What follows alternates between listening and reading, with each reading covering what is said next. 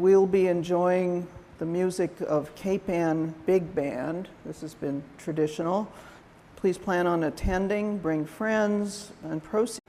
So this is a potluck lunch outdoors on the alley, hoping not for rain that day. Everyone is asked to contribute a dish that's made of ingredients that were grown or produced within 100 miles. So there's a graphic on the weekly announcements, the email, that show what the radius of 100 miles look like. There are amazing choices. Last year's picnic was fun and delicious, so we hope everyone will attend. Looking ahead to October, the book group will be meeting on October 11th to discuss the latest mystery in the Louise Penny series. It's called The Madness of Crowds.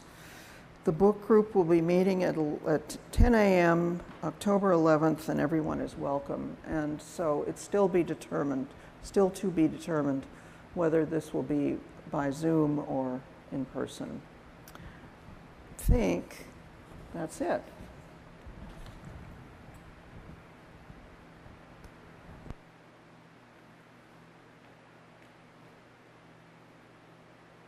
Everybody, nice to see you here today. I gather this is the non-sailing part of the congregation. And welcome to everybody at home who's watching this morning. Thank you for being here, however here looks to you. I'd actually want to say a word about our YouTube live stream. It's gathering more and more people, and last week we had over 40. Which I think is tremendous. So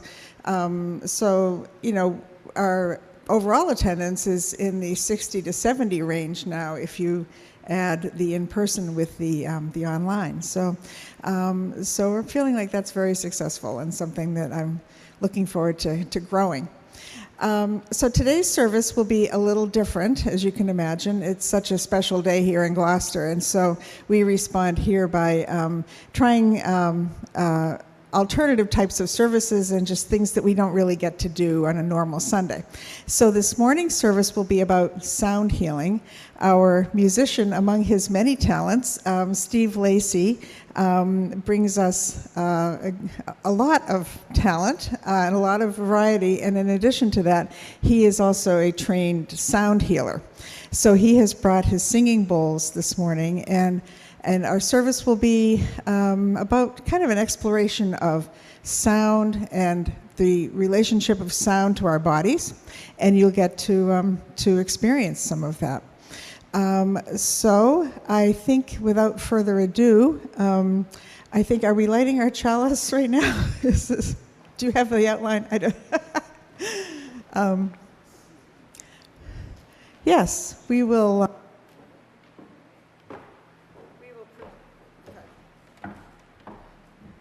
Perfect. The mic cut out just as I got here, so I'll do it from here. In the Unitarian Universalist tradition, we begin our services with the lighting of our flaming chalice. The chalice represents the embrace of this community that holds us, and the flame represents our never-ending search for meaning and justice and love.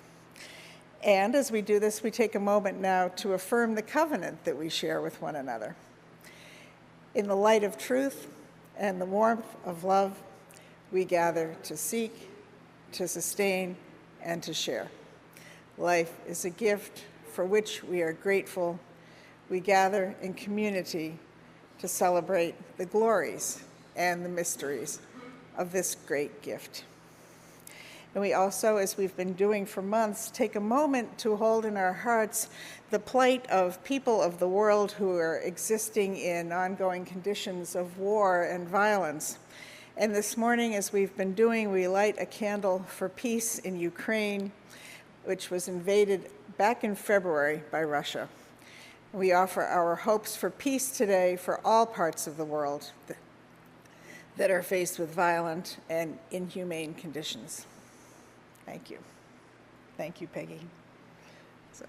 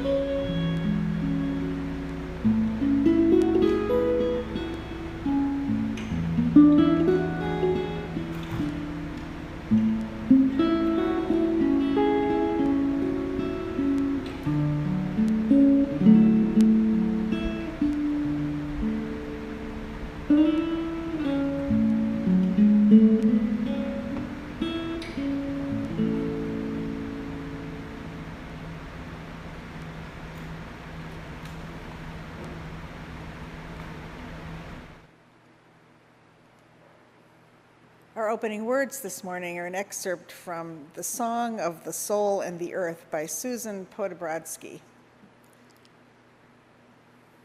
A true story sings the song of the soul of the earth, and we feel it deep in our bodies and deep in our souls, because the song of the soul of the earth is our song too.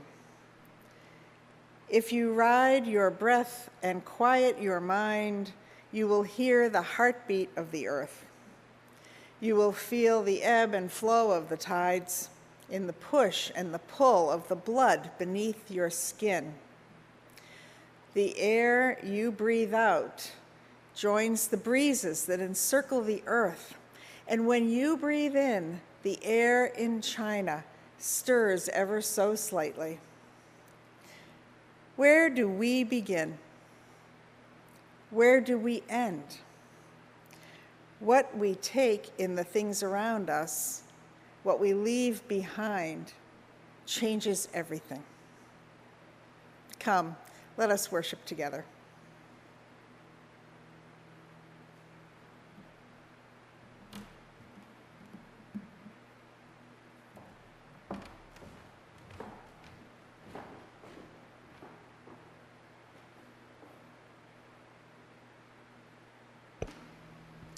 So today, as I mentioned, we're going to have a service about sound healing and the effect of sound on our bodies. And sound, we have a physical relationship with sound because sound is actually a physical thing. When you think about it, even though we can't see sound waves, they are physical. And what we experience as sound is generally when sound waves strike our eardrums and cause vibrations. But having had a little bit of sound healing now, I became very aware that, in fact, we hear with our entire bodies because those sound waves that are striking our ears are striking our entire bodies as well. And we experience it as vibrations. And we, in fact, also, as humans with energy in our bodies, also have vibration. And so sound healing is an ancient practice.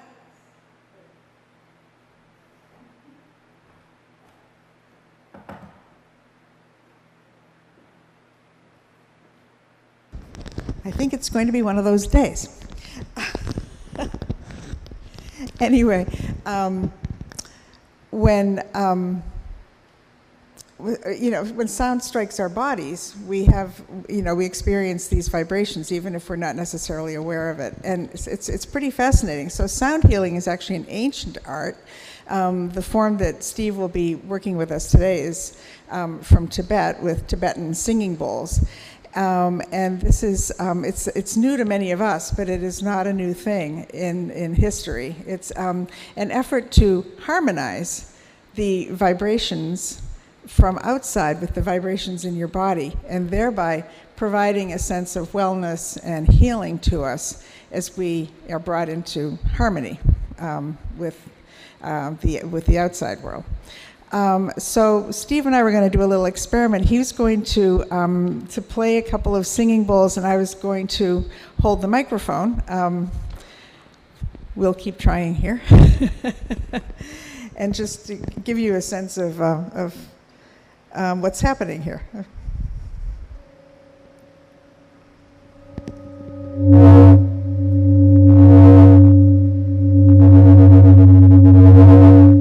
Sounds kind of like science fiction, but.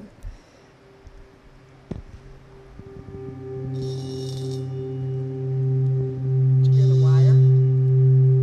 Notice that when I hold it from above, when I hold it from above, you don't hear the same thing. So the sound is coming from the sides of the bowls.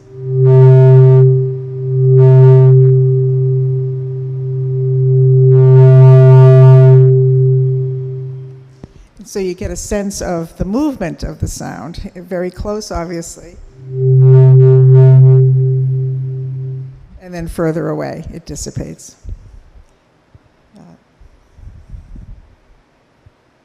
Okay, all right.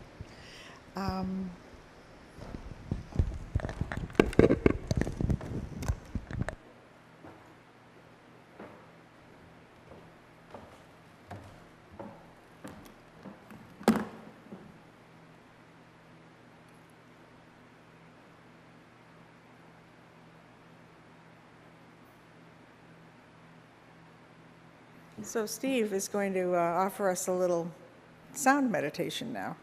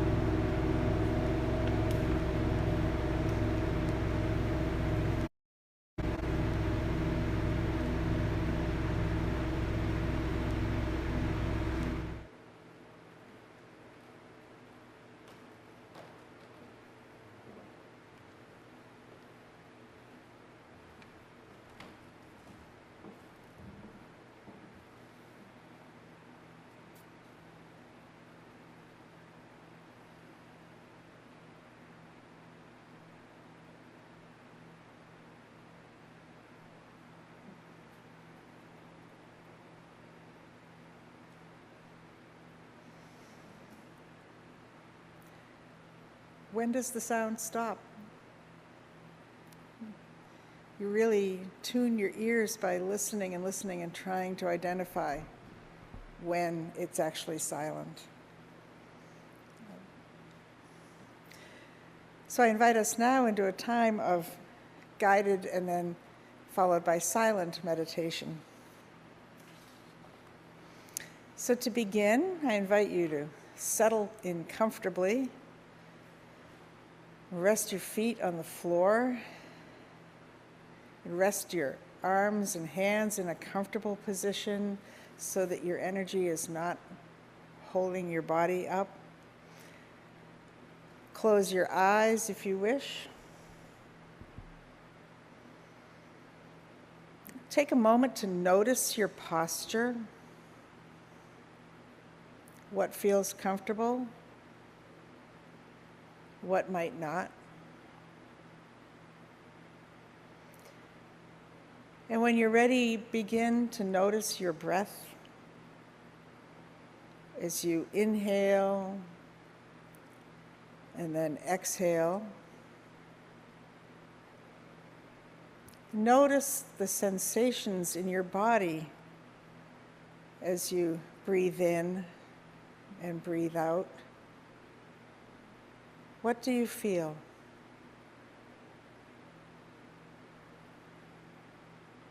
Do you notice heaviness or pressure?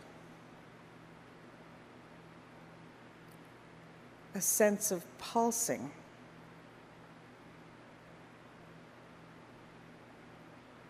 Do you notice warmth? The movement of air on your skin? Or vibrations in your body?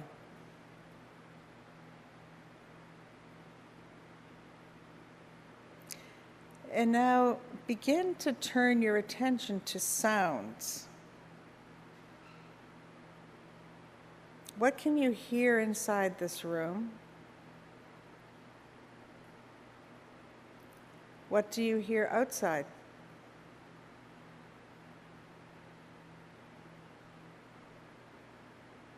What sounds do you notice? Simply listen.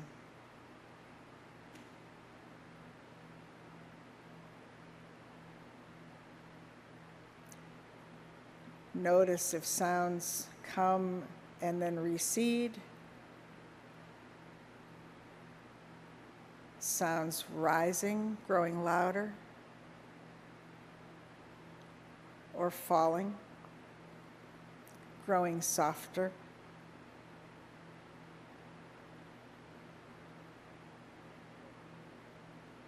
Listen for the silence.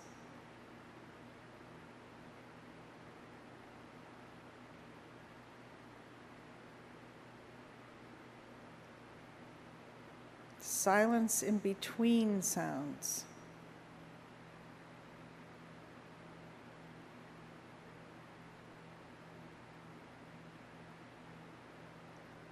Are some sounds too loud? Irritating, pleasant?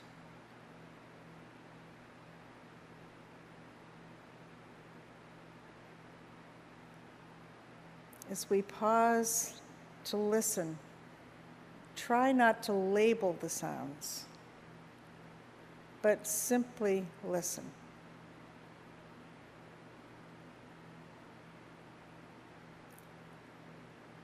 Receive the sounds as they enter your body. Accept them. And now we'll sit together in silence to absorb all the sounds of the morning in this place.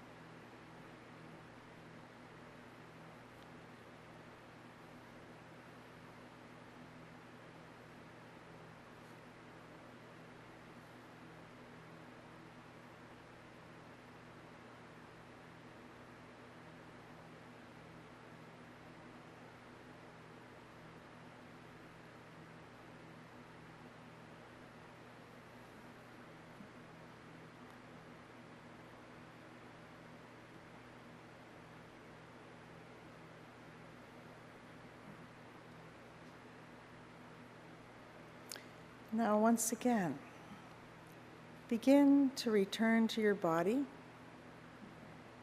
and your breathing. Once again, notice the sensations in your body.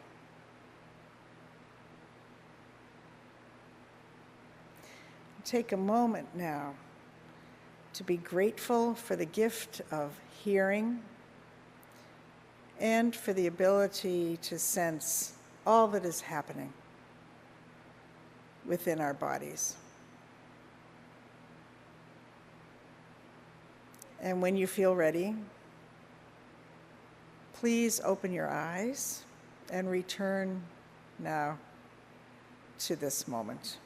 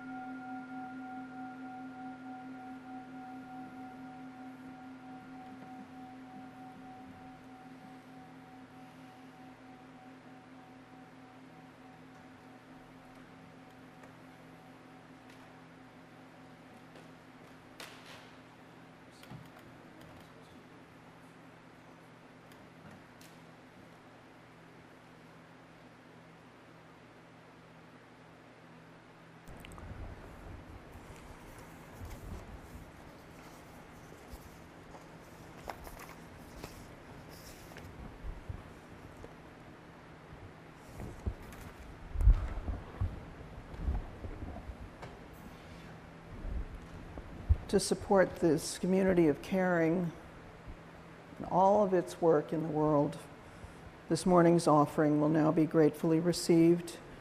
Blessings upon the givers and upon your gifts.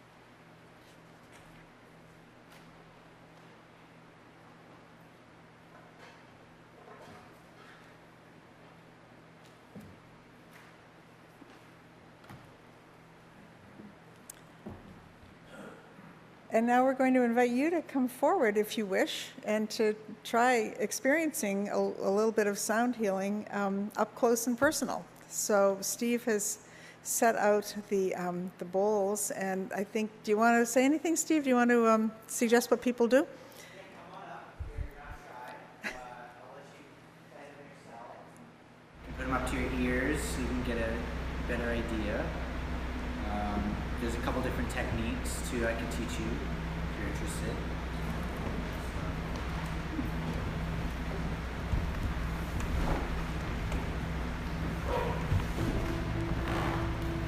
So with the mallets, you can try yourself. You can secure the bowl with one hand and then just kind of give it a hit.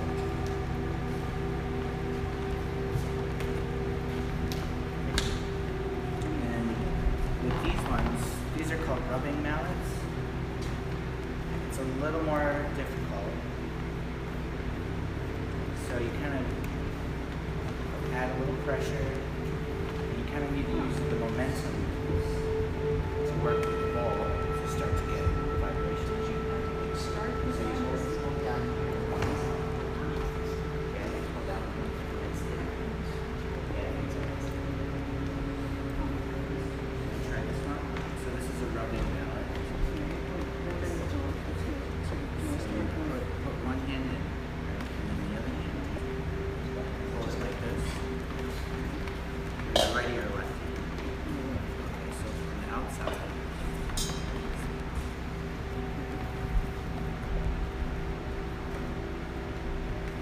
Just go back and forth like that. This one you just take and just strike it. It takes a little bit of skill. So it takes some practice. You want to keep a consistent speed at first, and as it starts to vibrate, you can kind of release the speed and feel, yeah, you can go back and forth. And then having them up to your ears is a real treat. There, may I give you a little taste?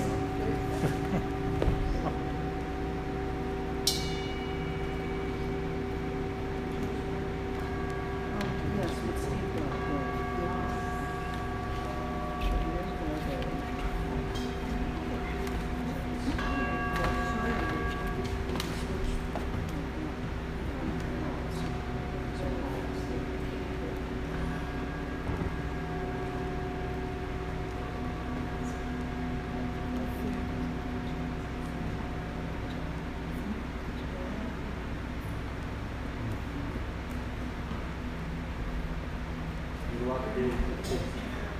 Oh, really?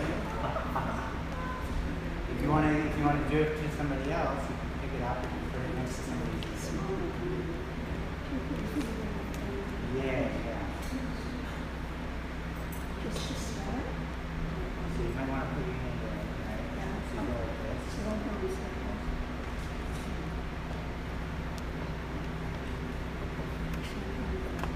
Yeah. Has anyone gotten it yet? The rubbing part? This one's pretty. Summer can see those. Yeah. I bought one that's not at all, unfortunately.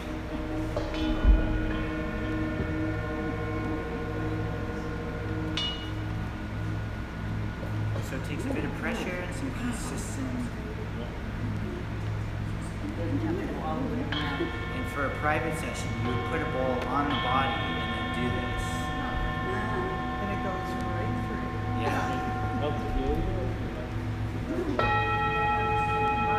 Yeah, it relaxes the nervous system. Yeah, this one's harder. This one's probably the easiest. This one's probably the easiest.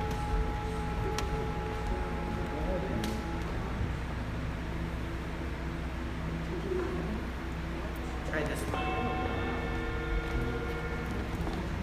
So think of it as a sweet spot. Almost the edge. You want to kind of keep the mallet very consistent. You want to come forward? This room?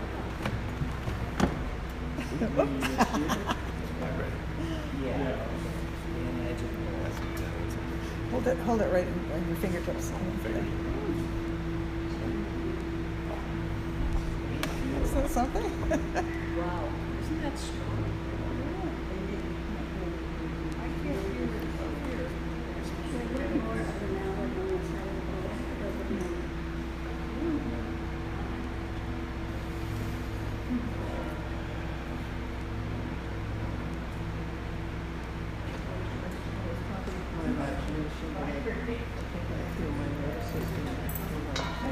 It really does. It really does.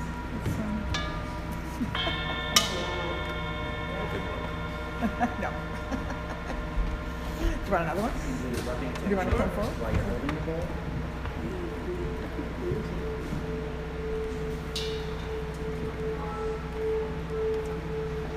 Hold this one close to your chest.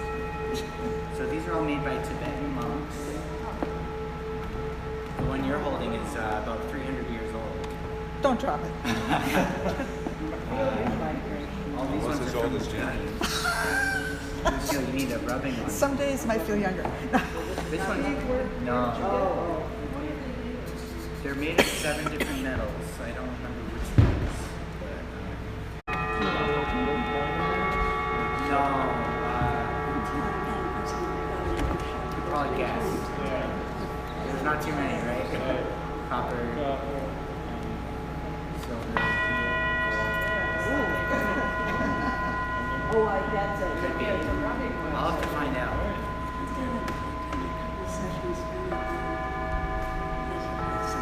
Janet's a pro. Yeah. Oh, I like that. Wow. Yeah. Feeling.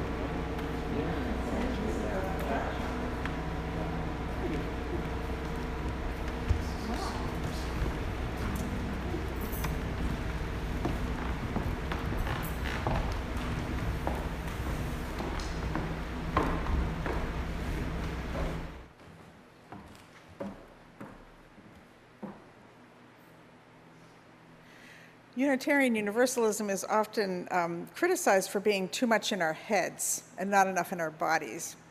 And so a day like this today, we really can change that and find our way into our bodies in a different way.